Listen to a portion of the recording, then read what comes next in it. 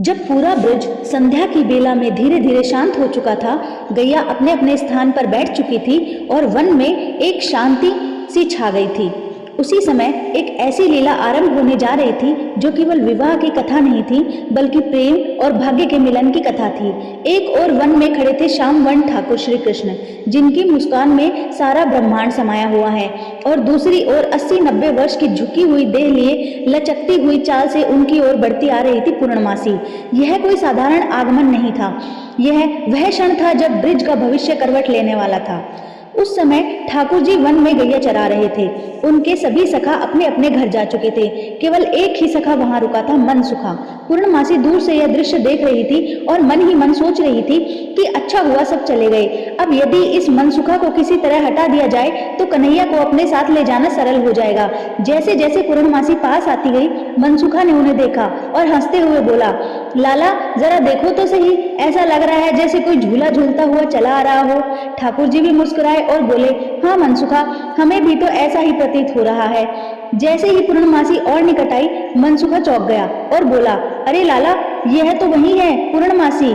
पूर्णमासी के आते ही ठाकुर जी ने तुरंत दंडवत प्रणाम किया और बोले, मासी जय हो, आज बड़े दिनों बाद दर्शन हुए। यह देखकर पूर्णमासी भाव विभोर हो गई और बोली, अरे मेरे लाला आजा, हृदय से लग जा। आज मैं तेरे लिए ऐसी बहू ढूंढ के लाई हूँ कि पूरा नंदगांव देखता रह जाएगा।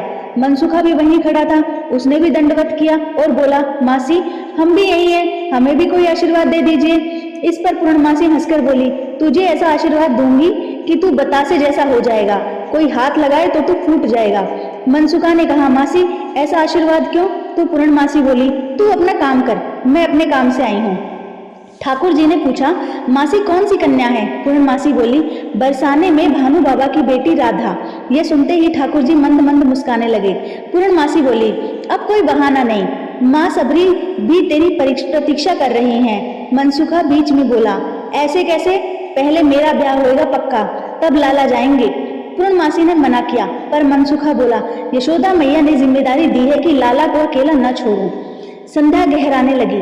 पूर्णमासी ने कहा, लाला देर मत करो, रात हो जाएगी। ठाकुर जी बोले, एक बात बताओ मासी, मैं कैसा लग रहा हूँ? पूर्णमासी बोली, लाला बहुत सुंदर लग रहे हो, भले ही शरीर पर गोबर लगा हो, फिर भी तुम्हारी शोभा अद्भुत है। मनसुखे ने मजाक किया, मासी हमें भी देखो, हम कैसे लग रहे हैं? पूर्णमासी बोली, तू तो ऐसा लग रहा है जैसे कोई बंदर नहा के आया हो। अंततः ठाकुर जी चल पड़े और मनसुखा भी साथ हो लिया। रास्ते में मनसुखा बोला, अरे भैया, दूल्हा पैदल जा रहा है, घोड़ी ऊंट बैलगाड़ी तो मंगवाओ। पूर्णमासी बोली, तुम जैसा वर मिल गया यही बहुत है। तब मनसुखे ने कहा, मासी थोड़ा और झुक जाओ, लाला तुम्हारे कंधे पर बैठ जाए। पूर्णमासी झुक गई और ठाकुर जी उनके कंधे पर बैठकर दोनों ओर पैर लटकाए मुस्कुराते हुए बरसाने की ओर चल दिए। बरसाने पहुंचते ही सखियां उन्हें घेर कर देखने लगी। कोई कान देखे, कोई नाक, कोई आंख, कोई चाल। कोई बोली, मैया सब ठीक है, पर चाल कुछ स्त्रियों जैसी है। मनसुखे ने उत्तर दिया, गैया चराते समय देखो, पूरी मर्दाना चाल है। फिर चोरी की बात चली तो ठाकुर जी बोले, मैं चोरी नहीं करता, भक्तों के तप का फल लेने जाता हूँ। सखियां हंस पड़ी और बोली, कीर्ति मैया जमाई सर्वगुण संपन्न है, बोलने में आगे, हंसने में आगे और चुराने में भी आगे। पर अंततः में एक प्रश्न सबके मन में अटक गया, कन्हैया श्याम है और हमारी किशोरी तो गोरी है। यह सुनकर मनसुखा बोला, जब लाली के पास बैठेंगे तो सबका तेज अपने में समा लेंगे। तब ठाकुर जी मुस्कुराए। उस मुस्कान में तो कोई तर्क ही नहीं था, पर पूर्ण सत्य था। श्याम और श्यामा अलग नहीं है, जैसे दीप और उसकी लो अलग नहीं होती, जैसे स्वर और संगीत अलग नहीं होते।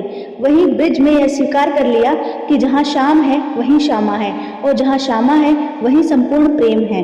इसी अद्भुति के साथ यह लीला यहाँ विराम लेती है, पर प्रेम का प्रवाह अनंत हो जाता है। इसी भाव के साथ हम सब श्री राधा कृष्ण को हृदय में धारण कर विनम्र भाव से कहते हैं, जय श्री राधे कृष्णा।